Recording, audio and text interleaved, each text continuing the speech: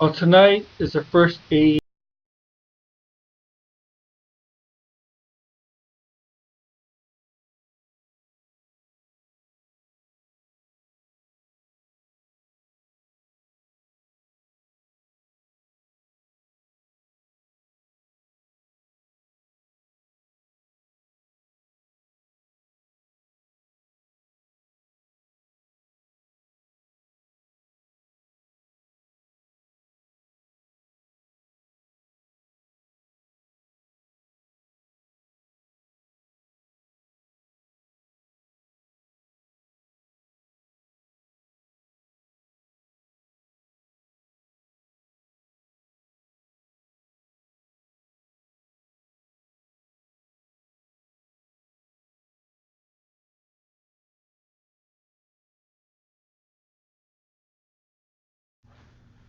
This next part of AEW Dynamite Homecoming is not a match at all.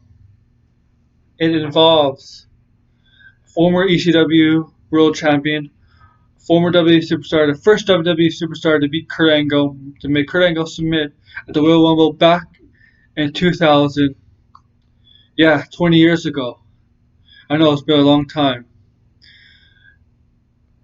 Became a commentator, worked in Impact, or TNA at the time, was a member of Aces of Eights, not in a wrestling capacity, but as a managing capacity or something like that. A human suplex machine known as Taz. Now, Taz could be here just to be a guest commentator. He has been a guest commentator in AEW Dark in the past, which you can watch on YouTube. Maybe he's here for something else. Maybe he's here to manage someone or give advice to someone. If that is the case, who would you like to see Taz manage or just give advice to someone? Comment below on who do you think would be a good person, a good wrestler for him to manage.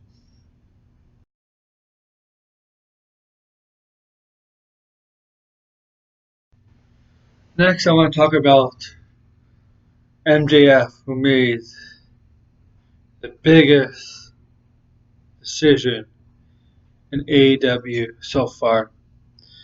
Back at AEW's Full Gear, when Cody Rhodes, his best friend at the time, supposedly, was facing Chris Jericho for AEW's title. Remember, MJF threw in the towel, forcing Cody Rhodes to lose. And that also forced Cody Rhodes never to challenge for the AEW title. I think as long as Chris Jericho's champion. I'm not sure. And now MJF explained why he did it and why he turned on Cody Rhodes. And now he has a bodyguard in Wardlow who's huge. Don't know much about him. Maybe you guys know more about him than I do. And I'm very interested to see where this feud is going. It's starting off very hot, right? It's very, very hot. Cody Rhodes challenged MJF. I mean, with certain things on the line. I'm very interested to see where this is going. Hopefully to the new pay-per-view in February, AEW's Revolution. I think it's Revolution, right? If that's the name of the pay-per-view, you can tell me down below. If not, tell me the actual name. But I think I'm right. It's AEW's Revolution in Chicago at the end of February. February 28th, I believe, is the date. I could be wrong. It's a Saturday. All I remember is the last Saturday of February. So hopefully this rivalry continues to then. I mean, I know it's like basically 2 months away, but AEW is not having a pay-per-view every month like WWE, so they could drag this out. Only if they keep the storylines interesting. They come up with interesting ways to keep the storyline between these two interesting. If not, don't do it. Don't do it at the pay-per-view. So there we go on this MJF thing. I'm very interested in hearing what he has to say tonight.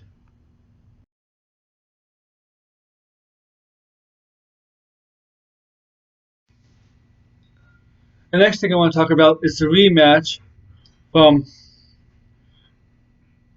Fire the Fallen. Yes, Fire the Fallen is the name of the place that these two had a great match. It ended in the time limit, I believe, in a draw. And that's between Cody Rhodes and Darbyallan. So this match hopefully has a winner. So how does it all start? Well, remember, a couple weeks ago, Butcher and Blade debuted, took out Cody Rhodes, not Darbyallan. A couple weeks ago, Darbyallan came out to help Cody Rhodes and to tag with them 2 weeks ago on the condition that they have a rematch to decide a winner. And that rematch will happen tonight in Jacksonville, AEW Homecoming, AEW Dynamite Homecoming, live on TNT in US, TSN2 in Canada, where I'm from. I'm not sure anywhere else in the country, but wherever you know your cable providers in the UK or wherever, France, wherever you're from, hopefully you know your providers that show you AEW. So yeah, this rematch is going on tonight. There should be a winner. MJF and Wardlow might get involved, because of their issues with Darbyallan is not having issues, but issues with Cody Rhodes. This might turn out to be something that has no ending yet either, because what if MJF and Wardlow does get themselves involved? Take them both out. They might have to tag again just to face MJF and Wardlow sometime in the future. I mean, Wardlow has to wrestle at some point, right? So yeah, MJF, who knows? So yeah, this is Cody Rhodes versus Darbyallan. Rematch from Fire the Fallen.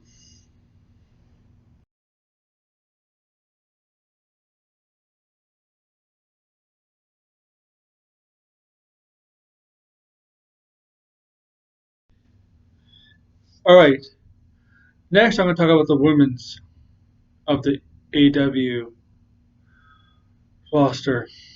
The match is going on tonight. As you know, there was supposed to be a singles titles match between Rhio and Kris Statlander, the Alien. But things have changed. Kris Statlander had a prior commitment, a prior booking to Joey Ryan's promotion, and so she can't make it tonight. So her title shot is delayed till next week, I believe.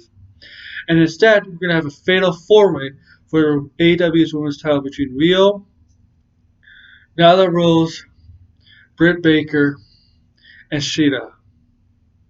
Now, I don't expect a title change here. You might expect it. You never know, right? You never know. There might be a title change. Well, I don't expect it. If you expect a title change, comment below. If not, still comment below. So, I'm looking at this title match. I think it should be a triple threat match. The reason I think it should be a triple threat match is because Britt Baker was involved in that number one contenders match 2 weeks ago against Kris Statlander. And what did she do? She surely didn't win. Right? She did not win. Kris Statlander won that match. So why is Britt Baker getting this chance? She should earn her way. So this should be a triple threat match between Nyla Rose, Shida, and Rhio. I know Nyla Rose and Shida haven't won a number one contender match, but to the rankings, I guess it's the closest. Those two should only be in the triple threat match with Rhio. I don't expect a change here. I think Rhio is going to be the champion going the next week, defending the AEW title against the alien Kris Statlander. And let's talk about this.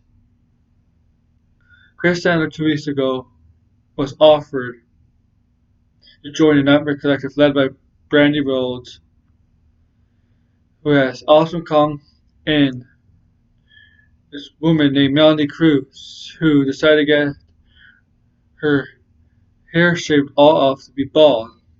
My guess is this is an initiation into the group.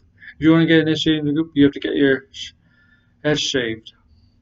So I'm glad Kris Statlander didn't join. I think she's a huge babyface. She could be a huge babyface in that company.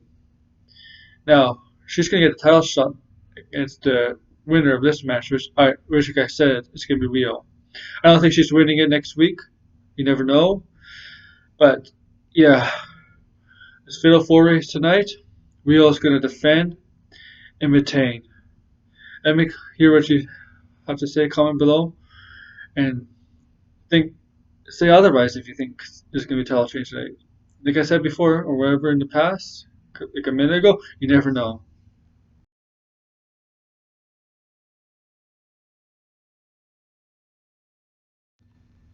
Next, there's a huge six-man tag team match featuring Kenny Omega, the Young Bucks taking on Pac, or Pac, it's Pac, and the Lucha Brothers, Pentagon Jr. and Phoenix. Now, Kenny Omega and Pac have some history. Pac beat Kenny Omega back at, I think it was All In or All Out, forget the name. And then a couple weeks ago or a month ago, Kenny Omega got his win back against Pac. Now the Young Bucks are facing the Lucha Brothers. And remember they had the ladder match back in August, which was great. Then Pride and Powerful, formerly of LAX, made a debut and beat up the Young Bucks after. So, but this is interesting. I don't know what's going on with the Young Bucks. I don't know what story-wise is going on with the Young Bucks. They just maybe finished the program with Pride and Powerful when they beat them a couple weeks ago in that street fight. I don't know what's going on with Pac. Oh yeah, I know what's going on with Pac. He's involved in that feud with Omega when, remember, Pac did kidnap Omega's friend, right, or something, supposedly. Well, Omega and Hangman Page, haven't been communicating very well lately. Even though they won one match, there was miscommunication, and then a couple weeks ago they lost a match where there was miscommunication. I don't know. Some people are speculating that Hangman Page has turned heel. Maybe, maybe not. It's quite possible. Or they might just work it out. I don't know. Tell me, what do you think is going to happen in this match? I think Hangman Page is going to get involved, but do you think in the future Hangman Page will turn heel and will get in a program with Kenny Omega and possibly fight at Revolution in February? I could see it happening, but I'm not too sure if that's the right direction to go.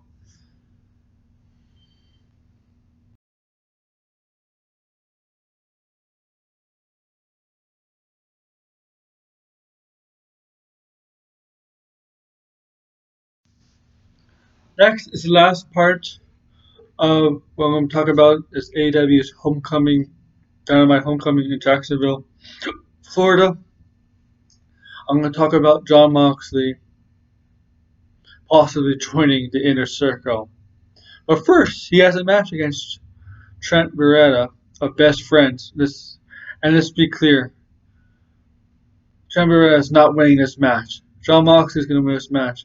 I don't expect it to be a squash because Trent Barreta is not a squash kind of wrestler to have a match with. Even though Jon Moxley in the past has been having squash matches. So yeah, Jon Moxley, formerly known as Dean Ambrose in WWE, yeah I said it, Team Ambrose in WWE, will win this match. There's no question about it. He will not lose this match. You can think what you want. He's not losing this match, and you all know it. And so after that, let's get to the most important part. Remember, a couple weeks ago, Chris Jericho wanted Jon Moxley to join the Inner Circle. They were both standing in the ring, and Jon Moxley standing in the ring across from him. Jericho gave him a shirt, an Inner Circle shirt. And Moxley just stared, let the shirt be on over his shoulder. And then 2 weeks ago, Jericho caught a promo on why Moxley should join the Inner Circle, blah blah blah. And tonight, hopefully we do get a decision when Jon Moxley decides or not to decide the Inner Circle. Here's my opinion. I don't think he's going to join the Inner Circle. I think he's going to pretend and then just give him his patented finishing move, the paradigm shift, right in the middle of the ring. That's how I would book it. Pretend he's going to join, like DDP did to Scott Hall and NWO shirt. Remember back on Nitro? DDP received a shirt from Scott Hall, put it on, grabbed his arm, and pulled him in for a diamond cutter. Yeah, maybe something like that, but instead he'll DDT him. DDT Chris Jericho. And then you'll have Jon Moxley and Chris Jericho enter a program that'll probably get resolved at the next pay-per-view Revolution in Chicago. So, tell me, what do you think? Do you think he'll join Inner Circle, or do you think he won't join Inner Circle? Comment below on that question. So there you have it. There's AEW's Homecoming tonight, back in Jacksonville. And remember, there is no NXT matches show. It's just an award show for best stuff that happened in 2019 NXT. So don't expect the ratings to be in NXT favor tonight. They will be in AEW's favor. I'm not on the side of either show. I like both shows. I'm not one of those people who go, oh, AEW beat NXT. NXT beat AEW. Look, look, look, look. Who cares? You're both close in the ratings war. Just enjoy both shows. Thank you and have a good year, everybody. It's the first day. Have a good year.